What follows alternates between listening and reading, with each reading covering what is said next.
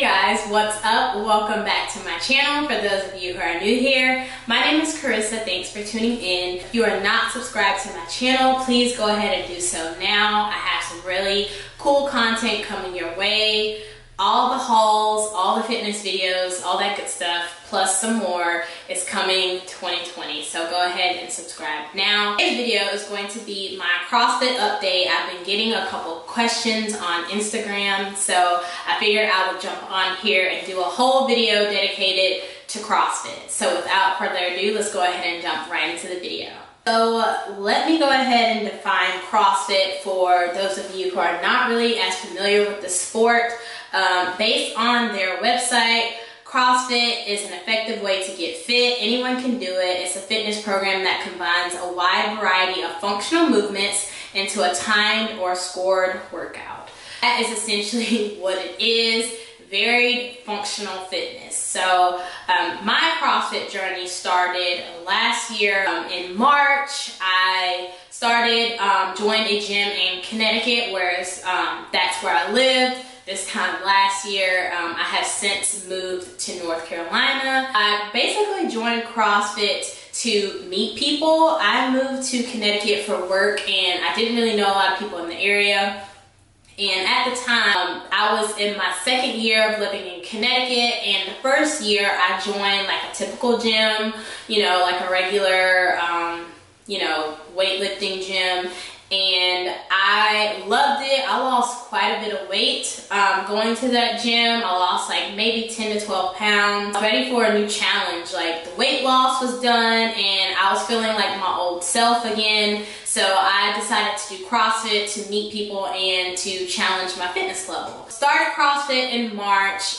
Basically how you start is you have the option to take a free class, so I highly recommend that for anyone who is curious about doing CrossFit. Most gyms offer a free trial class for you to take, and that's exactly what I did. Didn't really know if I wanted to commit to CrossFit yet. I had just heard about it, and I was just kind of like, okay, let me, get my feet wet before I completely dive in and commit to a new sport. I really enjoyed my on-ramp class.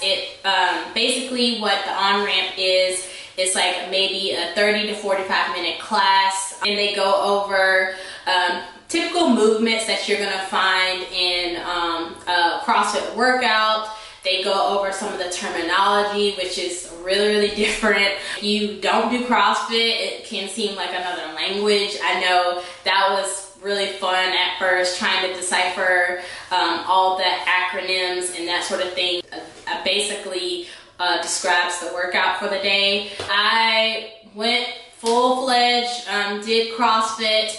I'd say the first 2 to 3 months was definitely the most challenging, just because, like I said, you have to get used to the terminology, the pacing during the workouts, but everything is scalable. So basically what that means is you can scale the workout. So they give you like a recommended workout weight, recommended movements, etc., but you can kind of cater that to your fitness level. So if you can't do a full burpee, you can do a modified burpee, that sort of thing. 2 to 3 months was purely just me modifying every single workout, getting used to the movements, learning the Olympic lifting, which, if you're not familiar with CrossFit, it does have a lot of barbell lifting, and a huge majority of that is Olympic lifting. So that includes power cleans, clean and jerk. It's really, to me, the funnest part of CrossFit. I loved getting under a heavy barbell, and that was kind of the part that hooked me, honestly. Weight training kind of runs in my family, so when I started getting into my groove of getting comfortable with the technique part of the weight training, I really found my stride in CrossFit. So an in-house workout that I did with a partner, and we ended up placing first place in the scaled division. So I was really finding my stride, I'd say like 7 to 8 months into the sport. Really had a great time doing CrossFit.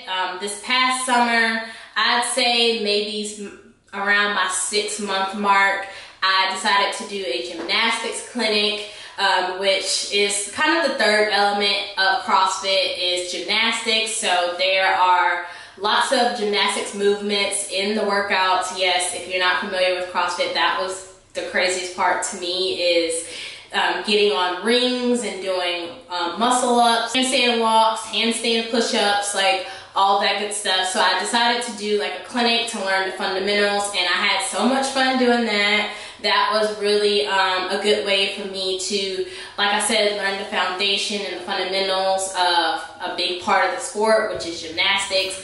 I'm not saying I walked away a pro, because I definitely did not, but it taught me some good starting workouts and starting exercises to practice so I could build my skills up in the gymnastics sector of the sport. Like I said, that was 6 months, 7 to 8 months in. I did an in-house competition, had a lot of fun doing that. And yeah, I just continued to so on and so forth until I got a new job opportunity that relocated me back down south. I'm from the south, in case you guys couldn't hear my accent. That's where I am currently. So basically, I decided to not do CrossFit. As much as I enjoyed it and fell in love with it and found a really good stride,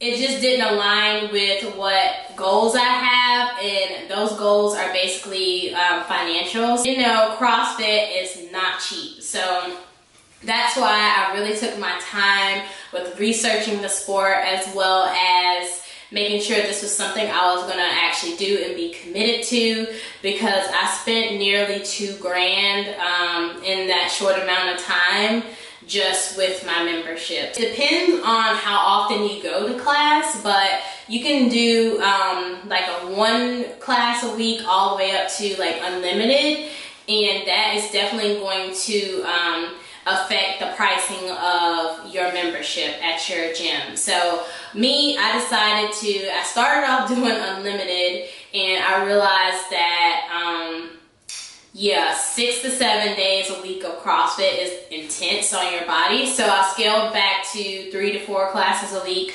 and I actually found myself getting a lot better doing that, because I was in the gym enough to get all the different workouts in, but it still gave me ample time to recover. So I did that, and like I said, that was not cheap at all. So that's essentially 80% of the reason why I decided not to do CrossFit, is for financial purposes. I have some goals in 2021 that I kind of need to start preparing for now. And yeah, CrossFit is a big chunk of change. So I decided not to do it this year for that reason. And then I'd say the other 20% was just bodily, like how I felt. CrossFit can be very demanding on your body, lots of functional movements, lots of heavy barbell lifting, which is the part I love. But because I was going so often, it was really hard on my body, and I wasn't taking care of my body like I should have. So I started to get like a slight pain in my right scapula, so back here in my upper back area. I think that's the scapula, I'll have to double check that. But I started to feel a little bit of pain back there, and it has not gone away. So I was like, okay, you know, let's give your body like a year to rest. That way, whenever you decide to go back to the sport, you're fully rested and recovered, and you can, you know, pick right up where you left off, hopefully. So that is the other 20%. I have no really bad things to say about CrossFit. CrossFit, if I had to name 3 things that I gained from doing CrossFit, it would be 1, my overall fitness level skyrocketed because I was challenging my body in ways that I haven't done before, between the heavy weight training to the like as many rounds as possible workouts. Like, not only did my overall strength improve, but my stamina, my aerobic capacity, like everything just went from here to here. So that was definitely a big plus. Second thing I would say is just my comfortability with lifting weights and just like gym knowledge. I did play a sport in college. I did weight train a little bit in high school, so I knew what certain lifts were, but I wasn't like very technique savvy. From CrossFit, if you guys haven't done a CrossFit class before every class they walk you through the movements and techniques of each lift, and basically each movement they also demonstrate how it's done. So just from that alone, it just expanded my knowledge, and I feel 10 times more comfortable in the gym, lifting heavy, doing those heavy barbell movements. So with that alone, it justified the price for me because I had such good coaching and just gained so much knowledge. The third positive from CrossFit is just the sense of community that it gives you. So I was at a really, really cool gym. Everyone was just really welcoming and friendly, and so that was the whole point of me deciding to do CrossFit, was to meet people in a new state, and it worked out to my favor. So I'm really happy about the friendships I've made from CrossFit, and I miss it. I miss doing the sport.